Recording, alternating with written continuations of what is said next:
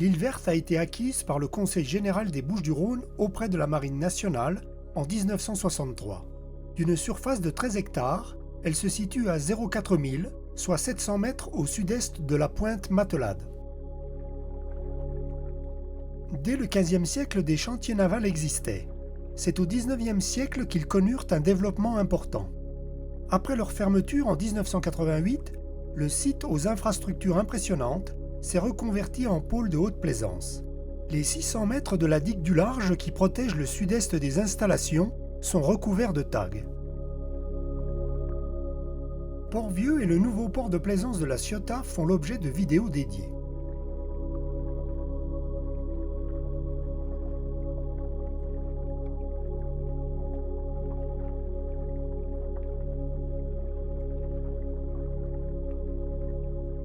La forme caractéristique de la falaise du bec de l'Aigle, haute de 155 mètres, au cap du même nom, repère la zone de loin.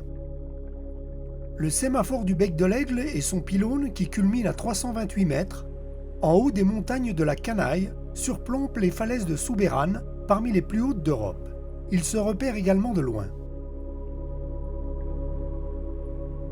En saison, l'Anse du Sec, au pied du bec de l'Aigle, côté nord, est une zone interdite aux embarcations motorisées ou à moteur, dites ZIEM. L'Anse du Grand Mugel, un peu plus au nord, est également protégée par une ZIEM sur 100 mètres, complétée par une zone interdite au mouillage, dite ZIM, qui inclut l'Anse du Petit Mugel. En dehors de ces zones, les fonds tombent vite au-delà des 15 mètres.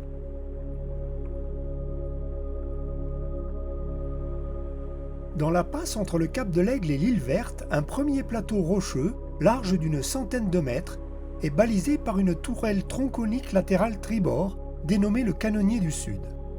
270 mètres au nord-nord-est du Canonnier du Sud, un second plateau rocheux également large d'une centaine de mètres, qui culmine sous 3,6 mètres d'eau, n'est pas balisé.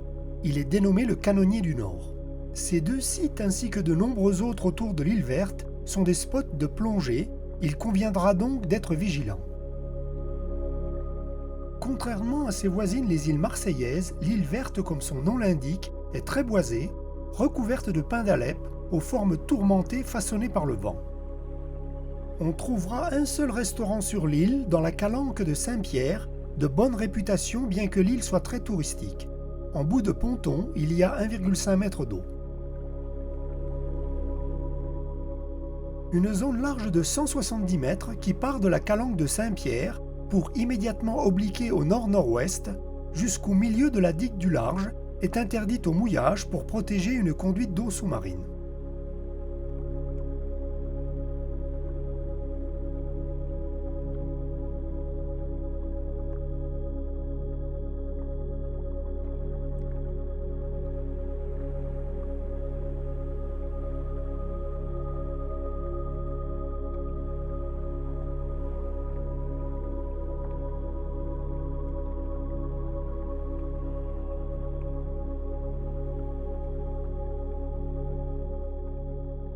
En saison, la calanque Sénérolle est une zone interdite aux embarcations motorisées ou à moteur.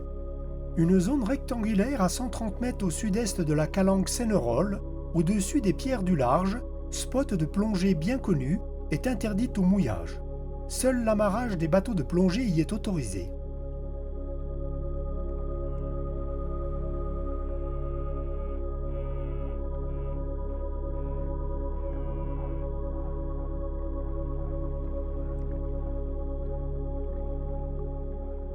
La calanque d'Issereau, mal protégée, au rivage très accord, n'offre qu'un mouillage de beau temps.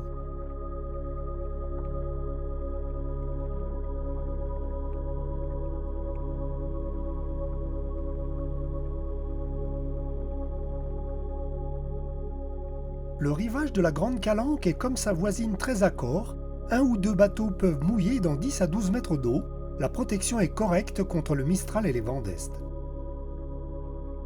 Un pan de mur à proximité des ruines du Fort Saint-Jean, érigé par la Marine nationale pour ses exercices de relèvement, bien visible avec sa couleur claire, qui culmine à 53 mètres, fait office de balise.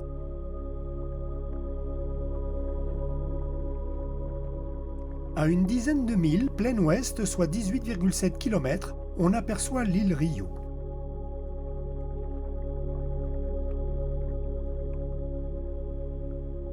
La falaise du bec de l'Aigle, située à l'emplacement du delta d'un ancien fleuve, est constituée de poudingues, de petits galets roulés par des torrents il y a 300 millions d'années, agglomérés dans du grès, qui donne une très belle couleur rouge, en particulier au soleil couchant.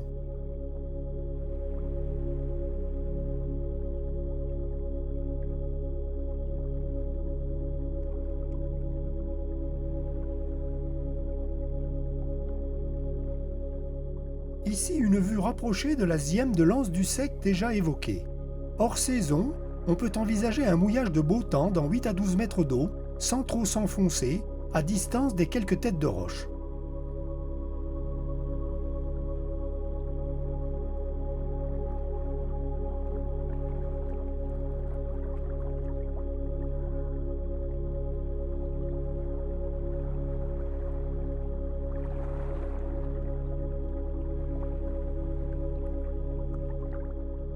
De même ici, une vue rapprochée des anses du Petit et Grand Mugel.